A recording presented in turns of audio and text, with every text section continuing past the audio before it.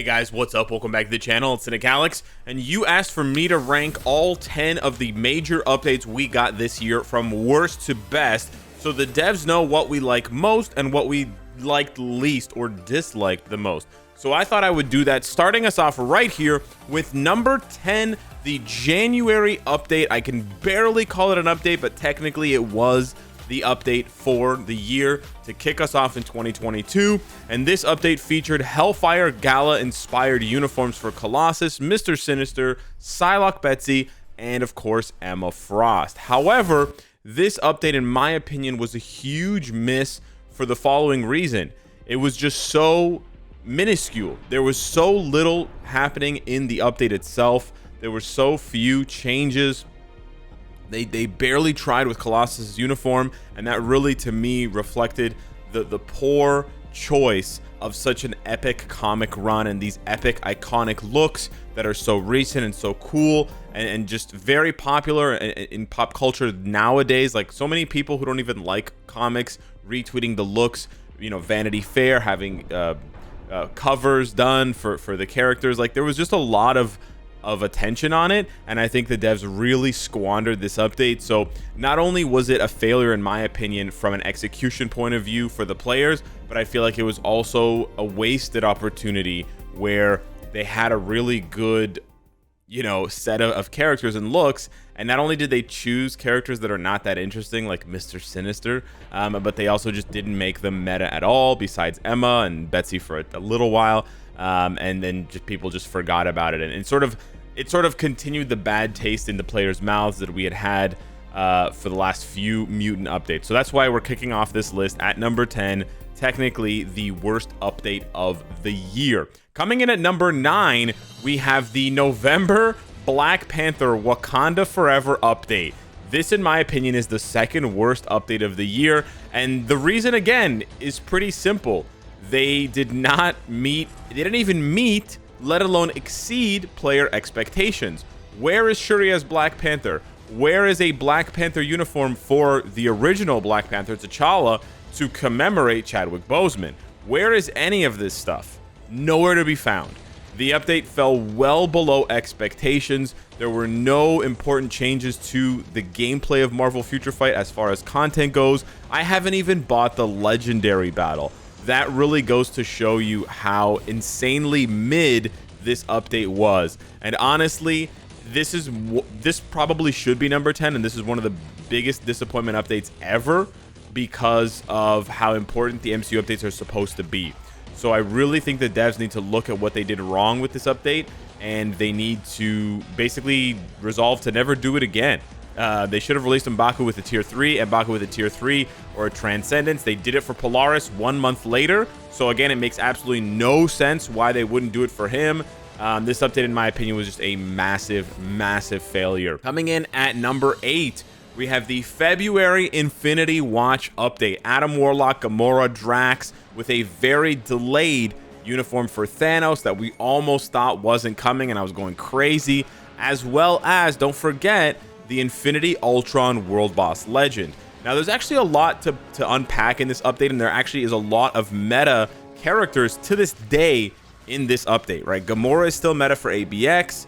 Thanos is still somewhat meta for PvP, as is Adam Warlock. So this update had a lot going for it. However, I still rank it pretty low on the list at number 8 because the Infinity Ultron update and the boss specifically really fell short of what we expected because of the uniform for Ultron. The uniform for Ultron was nowhere near the hype for the World Boss Legend. The World Boss Legend didn't really increase rewards very much. It just sort of felt, you know, it felt kind of tacked on, rushed, and there were bugs and that sort of thing. So not the worst update in the world, not the worst update in a long time, but certainly by the standards of the rest of the updates in this video, kind of a mid update. Coming in at number 7, we have the April anniversary update, which sort of bled into May as well. Doctor Strange 2 Multiverse of Madness. Now, I know you're probably surprised to see this so low on the list at number 7. We get pretty meta-defining uniforms for Scarlet Witch, Doctor Strange, Ancient One, and Wong. And then we get this kind of sorry upgrade for Baron Mordo, and we actually get a decent upgrade for America Chavez. The reason why I still think this update is not in my top 5, and that's why it's number 7 as well, is because, again, I think they did not meet expectations. Whether that is because the players need to adjust their expectations or the devs need to get back to their old expectations that they established for MCU updates, honestly, I think it's the latter. The devs have put so much work in past years into MCU updates, and to compare that these days to what they're doing with Multiverse of Madness 2 and Wakanda Forever, Black Panther 2, it pales in comparison. You know, we got like 20 uniforms for Endgame. We got like 10 uniforms for Infinity War. What is going on where we can't get a single Synergy uniform for either Doctor Strange or Scarlet Witch? I'm tired of this BS about spoilers. Just release the update later and make it count. So yeah, this update kind of is an L. Also, Multiverse Invasion is kind of just an L game mode. They never listen to players' feedback that it takes too long. 20 minutes of auto playing this stuff. It should end once you hit stage 8, level 8 on the rewards, and they never updated it. They never even sped up the timer when you get to level 8. It's just kind of, yeah, and we just sort of live with it now. But for those reasons, this update kind of left a bad taste in my mouth. Coming in at number 6, we have the July Thor Love and Thunder update. And if you've been keeping up, you can see a pattern emerging. The devs did really poorly this year with MCU-inspired updates. They seriously overpromised and underdelivered. This update, again, was seemingly going to introduce Gore and failed to do that unequivocally. He wasn't in the game. He wasn't a boss. He was only a legendary battle. And although he eventually arrived to the game, that's the issue at hand here, is that the update appeared to promise Gore as a playable character, and then he was nowhere to be found. Over-promising and under-delivering on something of this magnitude is completely unacceptable for a multi-billion-dollar company, which has a track record in past years of over-delivering on MCU-inspired updates. So again, either they need to fix their marketing or they need to step up, because all of the MCU updates, in my opinion, have been a letdown this year in one way or another. Now, as far as the upgrades to Jane Foster, Thor, and Valkyrie, they were fantastic, but there wasn't really much else content in this update as far as upgrades and things like that, and the update just felt really small by comparison to other updates. But that sort of does it for the updates that I think were more bad than good. Moving into the top 5, we have the latest update in December, the Destiny of X Marvel Jean Grey fight update, featuring a new character that can be translated initially to tier 3. Wow, what a crazy concept. Couldn't do it for M'Baku, but they could do it for Polaris. You be the judge of that one. But yeah, overall, I think this is this is the first update, as I was looking through the updates, where I thought, you know what, they did more good than bad in this update. They didn't overpromise and underdeliver in this update. Obviously, we had the iconic sneak peeks, but they gave, meaningful, substantial, and unique upgrades to lots of different mutants, some paywall, some not.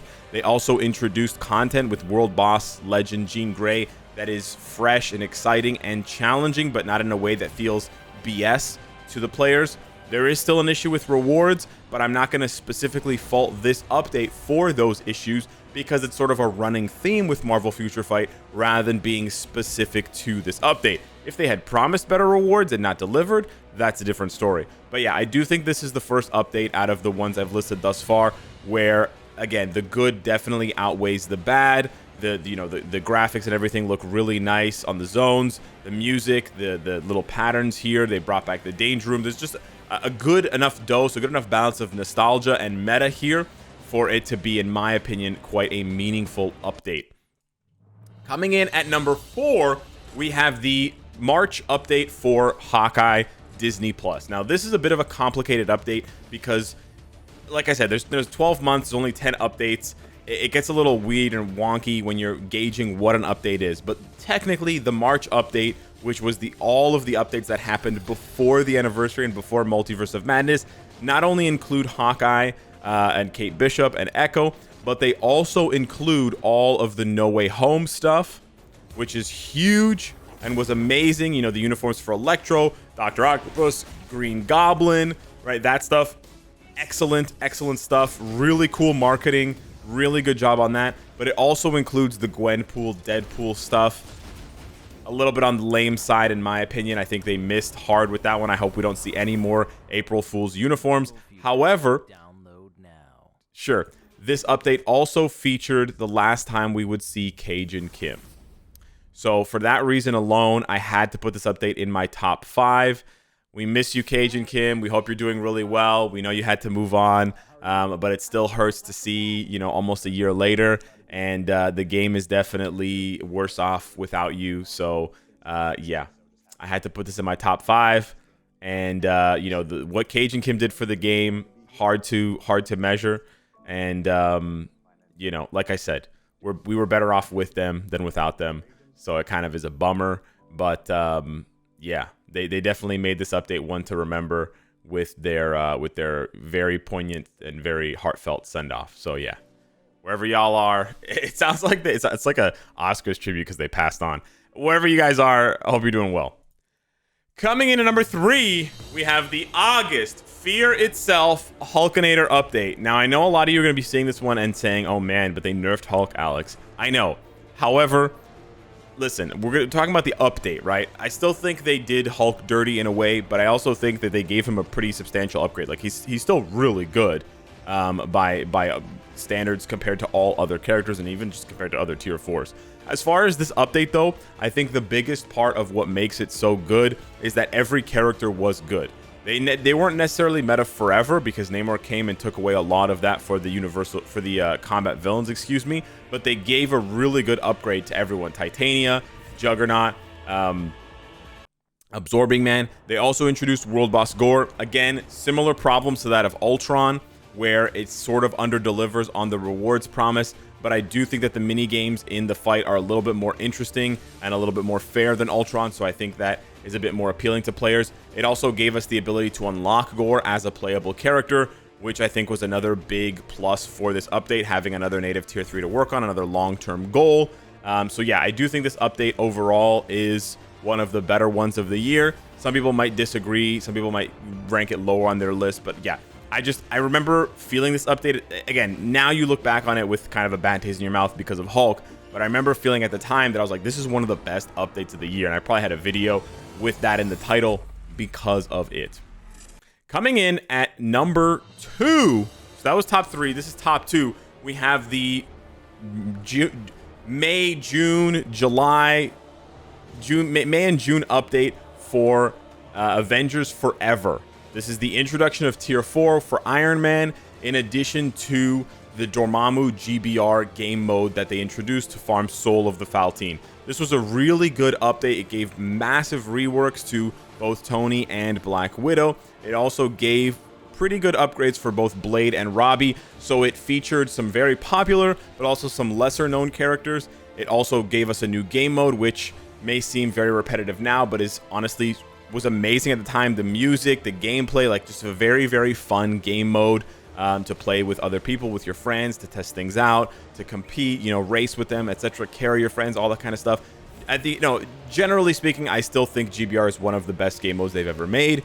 And then, of course, the Tier 4 system, although maligned for how difficult it is to farm these materials, this has definitely breathed whatever, new life into the game. As much as players maybe think it's a whale trap, I do think Tier 4 was needed to sort of, you know, push things to the next level, because we were sort of getting stagnant with these Tier 3s that weren't really pushing the bar enough, and justifiably so, because if there was a new Tier 3 that was on a Tier 4's level without Tier 4, it would just completely skew the power level unnecessarily.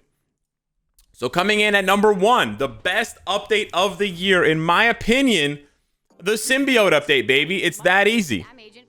It's that easy. I don't want to talk over Chloe and Mikey here, but I think the Symbiote update was the best of the year. Not only did we feature massive upgrades to Venom, to Agent Venom, you know, all these characters here. Really the only thing missing, Scream, Toxin being introduced again. The thing that makes no sense is Toxin is introduced before M'Baku, and he gets Transcendence. Polaris is introduced after M'Baku. She gets Tier 3, but M'Baku gets screwed. Makes absolutely no sense. As far as the rest of this update goes, you have excellent upgrades for all of these characters. You have really cool animations for all of them, and you have the Tier 4 stuff. As far as what they did for these characters, this is on the level for the characters of the August Fear Itself update. However, this update takes it up a notch, in my opinion, because of the PvE content introductions and sort of improvements. So not only do they improve the rewards in ABX and AB, Alliance Battle and Alliance Battle Extreme, but they also introduce Alliance Battle Legend. I think this was a huge win for the game, by far the biggest change they made all year and the most meaningful besides Tier 4.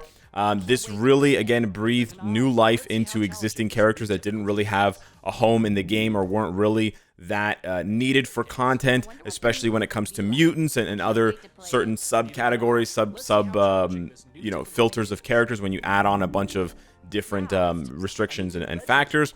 And the rewards are excellent. So I think this really blends the perfect combination of what we want in a game mode, where the rewards are competitive and fun. The game mode doesn't take too long to complete. It's not too difficult, but it is challenging. But it also encourages you to build your roster out wide so that you have a variety of teams and sort of answers to the problems that they pose to you with the different cancel requirements and things like that with Fracture and Shock and whatever the other one is, Bind or Snare.